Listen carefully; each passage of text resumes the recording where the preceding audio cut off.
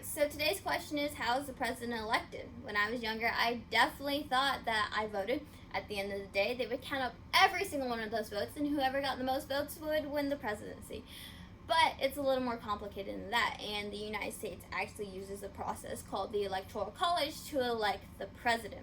Now you're wondering, well, is the Electoral College where people go to be informed on who the president should be? Not exactly. The Electoral College is made out of 3 groups, and you might recognize them. The first group being the House of Representatives. And the House of Representatives basically means that it's your state's representation by their population. So since Indiana is not a huge state, but also not a tiny state, we have 9 representatives. The second part is that it's comprised out of the Senate. Now the Senate is where each state gets equal representation. And in this case, each state gets 2 representatives. And then finally, the Electoral College is made out of 3 additional members from Washington, D.C., our nation's capital. And in total, this equals the 538 votes that are needed to elect the president. Out of those 538 votes, 270 of them need to go to the winning candidate in order for them to win. If you look at this map, it's taken from 270towin.com. It will show you the way that each of the states' votes can go. In this case, it is projecting what the 2020 election will look like.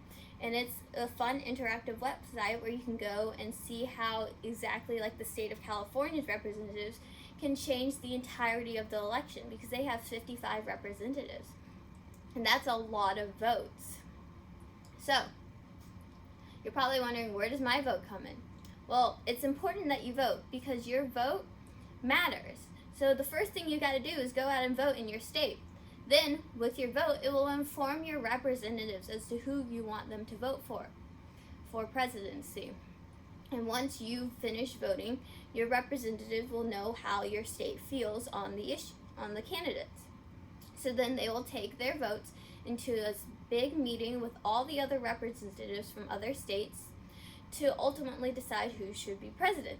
So while you do not directly vote for the president, you do inform your representatives as to who you want them to vote for. Let me explain it in food terms, because food terms are a lot better. So let's say that your school is having a pizza party, and as a school you have to decide, do you want pepperoni pizza or cheese pizza? So your class, your singular class, decides on pepperoni pizza. So your teacher knows when she goes to the meeting with all the other teachers to vote pepperoni. And your school has 36 other classes that have to vote too.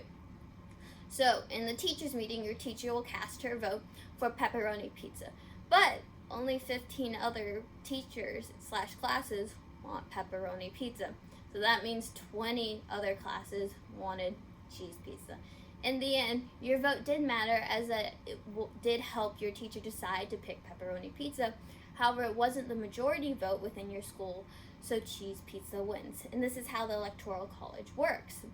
You cast your vote to inform your representative. In turn, they go and vote for themselves. And then finally, the president is elected.